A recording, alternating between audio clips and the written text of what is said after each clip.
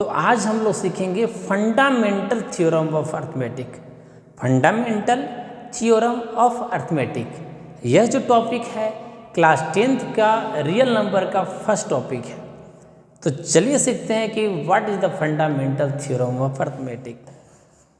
Fundamental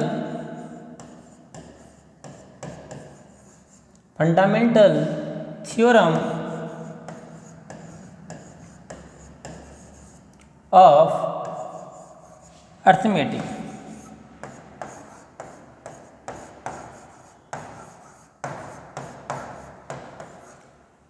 What is the fundamental theorem of arithmetic? Fundamental theorem of arithmetic क्या है?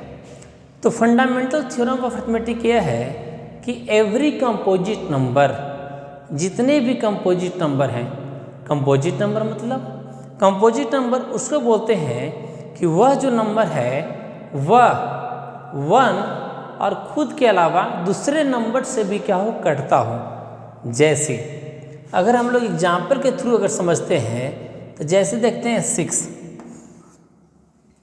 तो 6 क्या है, कंपोजिट नंबर है। क्यों 6 कंपोजिट नंबर क्यों है? कि 6 है वह 1 से भी डिवाइड होता है, 6 जो है वह खुद 6 से भी डिवाइड होता है, और 2 से डिवाइड होगा और 3 से भी डिवाइड होगा। यानी इसका जो फैक्टर है वो मोर देन 2 फैक्टर है। यानी कंपोजिट नंबर उसको बोलते हैं कि वैसे नंबर जो खुद से, अपने आप से और 1 से के अलावा अगर किसी और नंबर से अगर डिवाइड अगर होता है, यानी मोर देन 2 फैक्टर, 1-2 से ज़्यादा अगर फैक्टर अगर हो, तो वैसे नंबर को बोलते हैं कि वैसे नंबर क्या है, composite. Fundamental theorem of arithmetic यह है कि एवरी कंपोजिट नंबर, जितने भी कंपोजिट नंबर हैं, कैन बी एक्सप्रेस्ड, मतलब उसको लिखते हैं, एक्सप्रेस करते हैं। तो एवरी कंपोजिट नंबर, जैसे 6 था यहाँ पर, तो every composite number can be expressed as a product of prime. किस रूप लिखते हैं? प्राइम के प्रोडक्ट में। जैसे 6 को क्या लिखेंगे हम लोग, 2 × 3, 2 × 3। तो 2 क्या है, 2 एक प्राइम नंबर है। 3 क्या है, 3 भी एक प्राइम नंबर है। तो ये बोला गया एवरी कंपोजिट नंबर, जितने भी कंपोजिट नंबर है उसको प्राइम के प्रोडक्ट में क्या करते हैं हम लोग यहाँ पर लिखते हैं। And this factorization is unique. क्या बोला गया कि जो 6 है, 6 का फैक्टर क्या आया यहाँ पर, प्रोडक्ट क्या, 2 आया और 3 आया। तो बोला गया कि यूनिक होगा।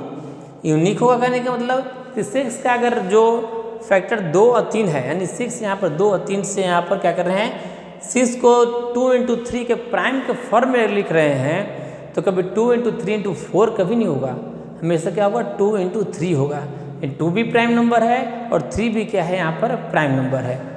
नेक्स्ट अगेन रिपीट करते हैं, एवरी कंपोजिट नंबर, जितने भी कंपोजिट नंबर है, कैन बी एक्सप्रेस, उसको लिखते हैं as a product of prime, prime के रूप में। एंड दिस फैक्टराइजेशन, जो फैक्टर किया गया यहाँ पर, दिस फैक्टराइजेशन इज यूनिक, जो ये फैक्टराइजेशन है वह क्या है, यूनिक है, apart from in which the prime factor occur. यानी ऑर्डर से इसका कोई मतलब नहीं है, फैक्टर को हम लोग कैसे भी ले सकते हैं। Clear?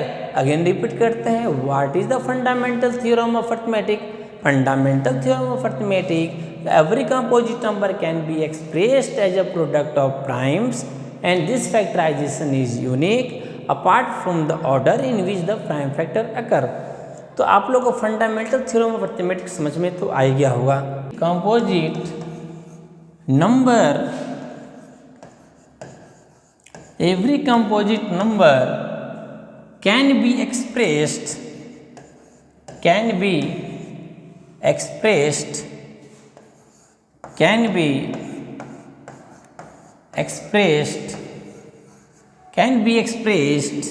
as a product of prime, product of prime। Every composite number can be expressed as a product of prime। यानी जितने भी कंपोजिट नंबर है उसको प्राइम के प्रोडक्ट में क्या करते हैं हम लोग लिखते हैं। Every composite number can be expressed as a product of prime and this factorization is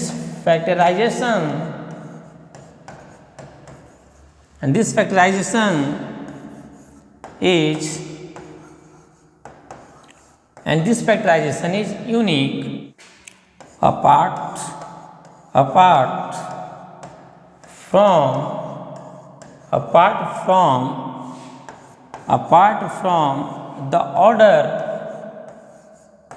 apart from the order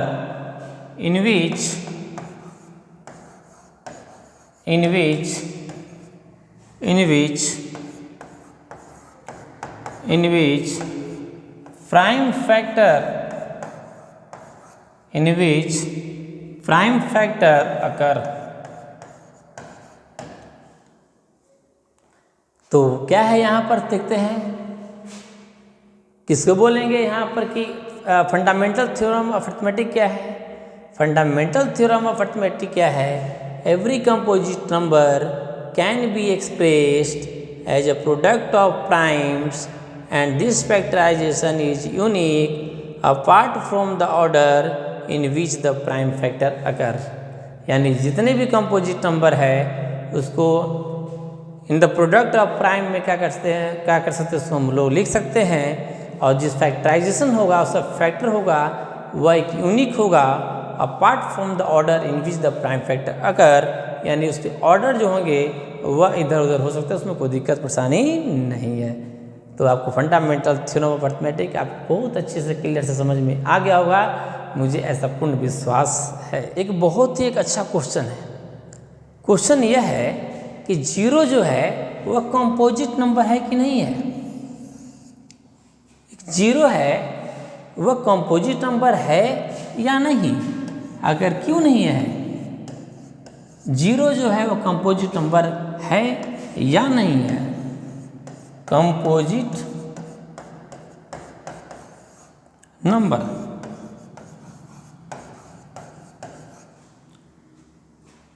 तो चलिए समझते हैं कि जीरो कंपोजिट नंबर है या नहीं है। तो कंपोजिट नंबर का जनरली डेफिनेशन लोग क्या देते हैं, कंपोजिट नंबर का डेफिनेशन यह देते हैं कि जिसका मोर देन 2 फैक्टर हो। क्या हो, बहुत लोग क्या देंगे कि जिसका फैक्टर हो वह मोर देन 2 फैक्टर हो। तो ऐसा जब देखेंगे तो जीरो के कितने फैक्टर हैं, जीरो का तो इनफाइनाइट फैक्टर है। जीरो का फैक्टर जीरो खुद 1 से डिवाइड हो जाएगा, जीरो 2 से डिवाइड होगा, जीरो 4 से भी डिवाइड होगा। जीरो का बहुत सारे फैक्टर हैं, इनफाइनाइट फैक्टर हैं। तो जीरो को कंपोजिट नंबर क्यों नहीं बोलेंगे। तो जीरो को कंपोजिट नंबर हम लोग इसलिए नहीं बोलेंगे कि जीरो है वह खुद अपने खुद नंबर से डिवाइड नहीं होता है। कंपोजिट नंबर का डेफिनेशन यह भी होता है कि जिसका जो डिवाइड जो हो वो 1 से भी डिवाइड हो, खुद से डिवाइड हो, खुद का नंबर खुद से डिवाइड होना चाहिए, उसके अलावा नंबर से उसके अलावा नंबर से और डिवाइड होना चाहिए। जैसे जीरो तो बहुत सारे नंबर से डिवाइड होंगे, लेकिन जीरो है वह खुद जीरो से डिवाइड नहीं होता है। तो जीरो खुद जीरो से डिवाइड नहीं होता है, इसलिए जीरो को हम लोग कंपोजिट नंबर के कैटेगरी में नहीं लाते हैं। आपको कंपोजिट नंबर का जीरो कंपोजिट नंबर क्यों नहीं है आपको अच्छे तरीके से समझ में आ गया होगा। तो किसी से क्वेश्चन आप पूछ सकते हैं कि why zero is not a composite number. Fundamental theorem of arithmetic से रिलेटेड आर.एस. अग्रवाल में बहुत ही बेहतरीन बहुत ही अच्छे तरीके से एक्सरसाइज दिया हुआ है, एक्सरसाइज 1B। इस एक्सरसाइज 1B का खासियत यह है कि इसमें कुछ लैंग्वेज क्वेश्चन दिए हैं जो लास्ट में यहाँ पर दिख रहा होगा आपको। ये सब 10, 11, 12, 13 ये सब क्वेश्चन में क्या है कि मैक्सिमम स्टूडेंट को परेशानी प्रॉब्लम होता है कि सर कब एचसीएफ निकालेंगे, कब एलसीएम निकालेंगे, कब क्या करेंगे। अब बहुत लोगों को बहुत कन्फ्यूजन होता है। जैसे आप देख रहे होंगे यहाँ पर क्वेश्चन नंबर 17 है।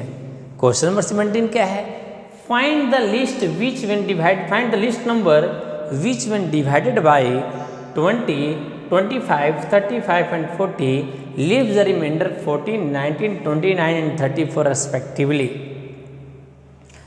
और जब क्वेश्चन नंबर जब 17 देखेंगे तो जब क्वेश्चन स्टूडेंट को दोगे, जब टॉपर होंगे तो बना लेंगे, सॉल्व कर लेंगे, तुरंत सॉल्व कर लेंगे, देखेंगे और सॉल्व कर देंगे। तो मैं पूछता हूँ आप किस प्रकार से सॉल्व करेंगे? सॉल्व वैसे करेंगे कि जैसे सॉल्यूशन दिया होगा। और सॉल्यूशन क्या दिया हुआ है, देखिए यहाँ पर क्या सॉल्यूशन दिया हुआ है। सॉल्यूशन में क्या माइनस कर दिया है 14, कभी यहाँ -19, यहाँ -29, -34 और 6। अब एलसीएम निकाल के सबसे घटा दिया, अब आंसर आ गया। तो जब हम स्टूडेंट से जब दोबारा क्वेश्चन पूछते हैं कि चलो यह बताओ कि आप यहाँ पर -14 क्यों किए, यहाँ पर -19 क्यों किए, यहाँ पर ऐसा -6 क्यों किए, अब कैसे आपको दिमाग में आया कि घटाने के बाद -6 करने से आंसर आएगा, ये तो पता होना चाहिए। सॉल्यूशन देखने के बाद तो आप सॉल्व कर लेंगे, लेकिन ऐसा हम लोग क्यों किए, यह मैक्सिमम स्टूडेंट को बराबर कन्फ्यूजन होता है और दिक्कत परेशानी होता है। तो इसके लिए मैं बहुत ही एक अच्छा कंसेप्ट जो मेरा है और उस कंसेप्ट से हर एक क्वेश्चन मैं सॉल्व आपको दूंगा, वीडियो में दूंगा। इससे पहले कि आप कमेंट बॉक्स में, जिनको अगर आता होगा तो कमेंट बॉक्स में आप कमेंट करेंगे कि ऐसा क्यों किया गया, तो आप कमेंट बॉक्स में कमेंट करेंगे तो मुझे बहुत खुशी होगा कुछ नया मेथड भी सीखने का, कि चलिए आपको पता है, कम से आप रटे तो नहीं हैं। और जहाँ आप पढ़ रहे होंगे कम से उन लोग टीचर से आप पूछिए ये सब चीज़ कि सर ऐसा क्यों करेंगे, ऐसा मेरे दिमाग में क्यों आएगा, कब जोड़ना है, कब घटाना है, तो ये सब सीखने का प्रयास करना है। ऐसे तो सॉल्यूशन दे करके सभी लोग सॉल्व कर लेंगे, लेकिन उससे कब सीखने के लिए मिलेगा, वो नहीं मिलेगा। तो नेक्स्ट वीडियो में आप लोग को मैं कमेंट बॉक्स में कमेंट करिएगा, तो उसके बाद मैं आप लोग को पक्का इसका मैं अच्छे कंसेप्ट के साथ इसको मैं दूंगा।